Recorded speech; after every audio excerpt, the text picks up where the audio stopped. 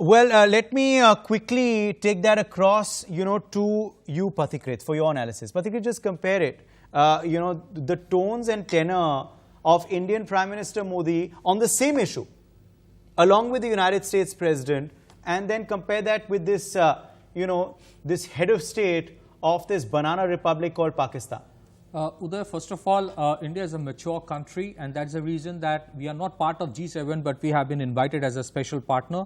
Now, let us understand the way, the government of India works. It carries a lot of responsibility, not just for its own country, but globally also. There is a stature, they maintain it.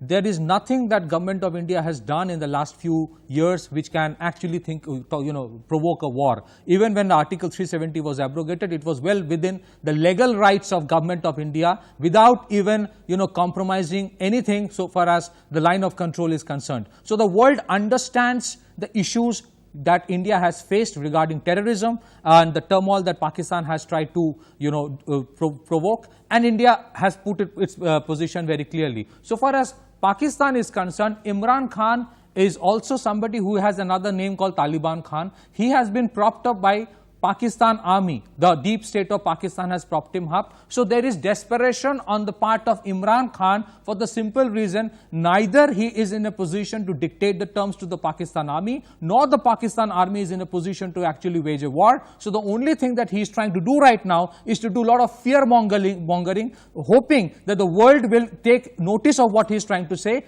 But it is very clear India's non-proliferation record, India's control over civilian or nuclear weapons systems is very, very foolproof, and India does not want a war for the simple reason that India has a $2.8 trillion economy at stake. We are not a warmongering nation. Whereas for Pakistan, Kashmir and warmongering has been the centrality of their entire foreign policy. Today, that entire ground is shaking and is going off their feet. That's the reason this desperation that is highlighted today with his speech, also because of the fact that they are old friends who have harbored him or his country for a long time are now also pulling the rugs.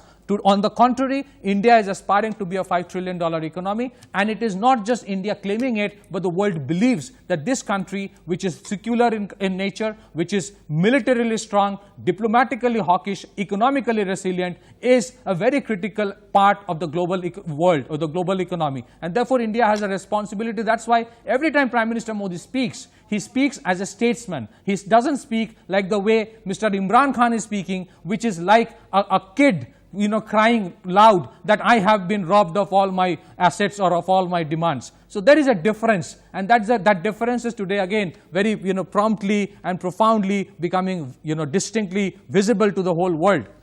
Absolutely. And